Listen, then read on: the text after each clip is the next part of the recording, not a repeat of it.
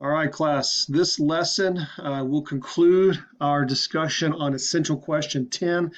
What happens when we die? There is so much more information that can be shared in response to this question. I hope this has been helpful. But what happens when we die? In this case, we want to think about all that we've said as far as the chronology or some ideas about the chronology of what's going to happen in the end times. But this gets a little bit more personal in that what happens when I die? Like if I were to physically die today as a believer in Christ, what should I expect? And to be honest, we kind of summarize this in the question of 1 minute after we die, or the statement 1 minute after we die. The Bible doesn't give us, this really plethora of information as far as exactly, but it gives us enough details to where we can reasonably answer this question and know reasonably what to expect. And so, in some sense, we'll be speaking broadly. In other sense, we'll be speaking, somewhat directly. And I know I sound like a politician in that case, but I hope that makes sense. And I'm just trying to say that we have enough information to answer this question relatively confidently. And so the way I'm going to approach this lesson, I'm just going to put up some various quotes that I have found that kind of summarize, because in our limited time span here, uh, we could go on for hours. Clearly, we're not doing that. But I'm going to mingle, some quotes along with some verses, and just take a few moments to try to capture the beauty and the power and really the hope, but also the despair of what's going to happen for the person who is an unbeliever. Erwin Lutzer actually wrote a book entitled 1 Minute After We Die. It's a short read. I would encourage you, if you're really interested in this topic, which I hope we all are to some extent, at least pick up that book and read through it. I think it's very helpful. There's another book by Randy Alcorn. It's much thicker, but it's entitled Heaven. I've not read the entire book, but what I've read of it is very, very solid. It gets great reviews. I would recommend both of those books to you for further study. Erwin Lutzer says this: and so while relatives and friends plan your funeral, deciding on a casket, a burial plot, and who the pallbearers shall be, you will be more alive than you've ever been. Remember, he's writing to Christians.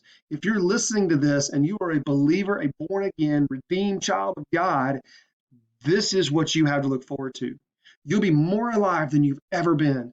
You will either see God on his throne surrounded by angels and redeemed humanity, or you will feel, now this is the person who is lost, who dies separated from Christ, unredeemed. You will feel an indescribable weight of guilt and abandonment. There is no destination midway between these two extremes, just gladness or gloom. And guys, what he is trying his best to articulate is there is a fork in the road. There is the sheep on the one side, and there are the goats on the other. And Jesus said, in the end, he's going to separate the sheep from the goats. But at death, there is a degree of separation here. There's not an intermediary state. I can't say that word right now, but there's no in between spot. At death, your body and soul are going to be separated. I'll say more about that in a moment. But they're going to go, I mean, that destination is really already determined at that point. You're going to be with Jesus, or you're going to be separated from Jesus. There's two extremes. All right, so you think about the parable of Abraham. In Abraham's bosom, with you have the rich man and Lazarus, and the rich man had all of his fun and glory on earth during his earthly life, and when he died, he was in this chaotic, desperate situation where he was in a literal fire, and he could somehow see Lazarus, who was in Abraham's bosom, and this man called out, wanting something different, and Abraham says, like, no.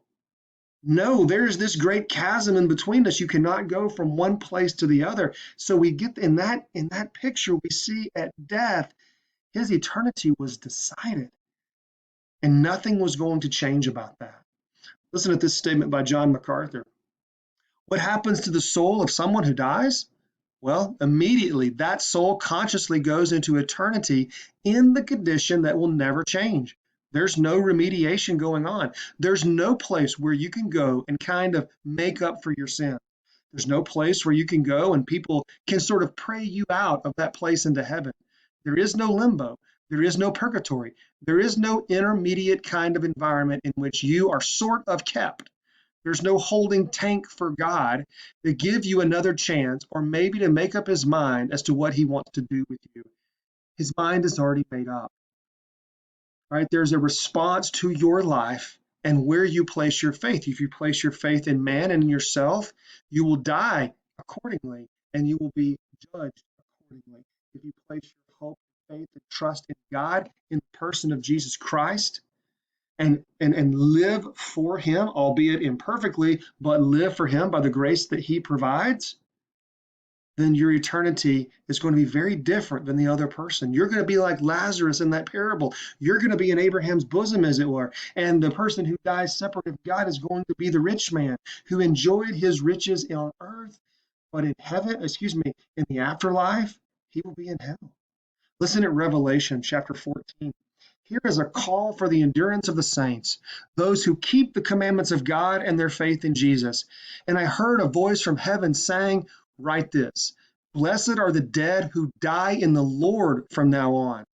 Blessed indeed, says the Spirit, that they may rest from their labors, for their deeds follow them. The deeds of those who die in the Lord are blessed because they die in Christ. They die redeemed in Christ. And so they get a rest from their labors and their deeds follow them. Hey, look, they have both sins and righteousness that follow them. But remember what we talked about in the judgment.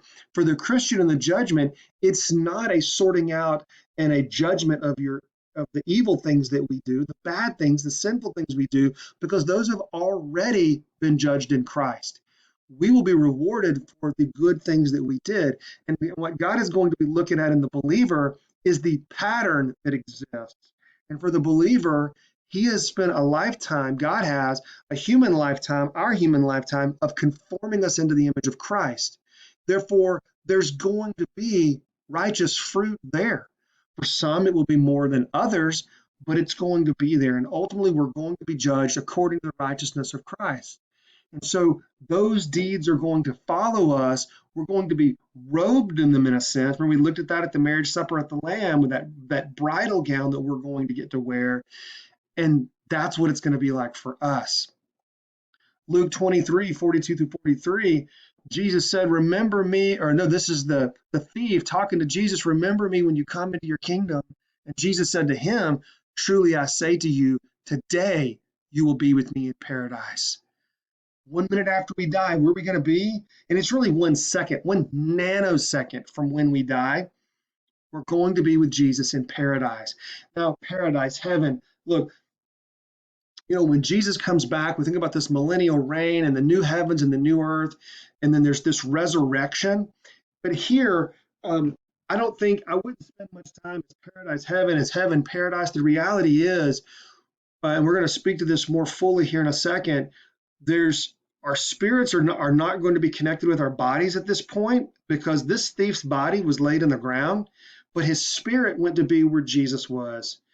And so the reality is heaven, paradise, call it what you will, he's with Jesus.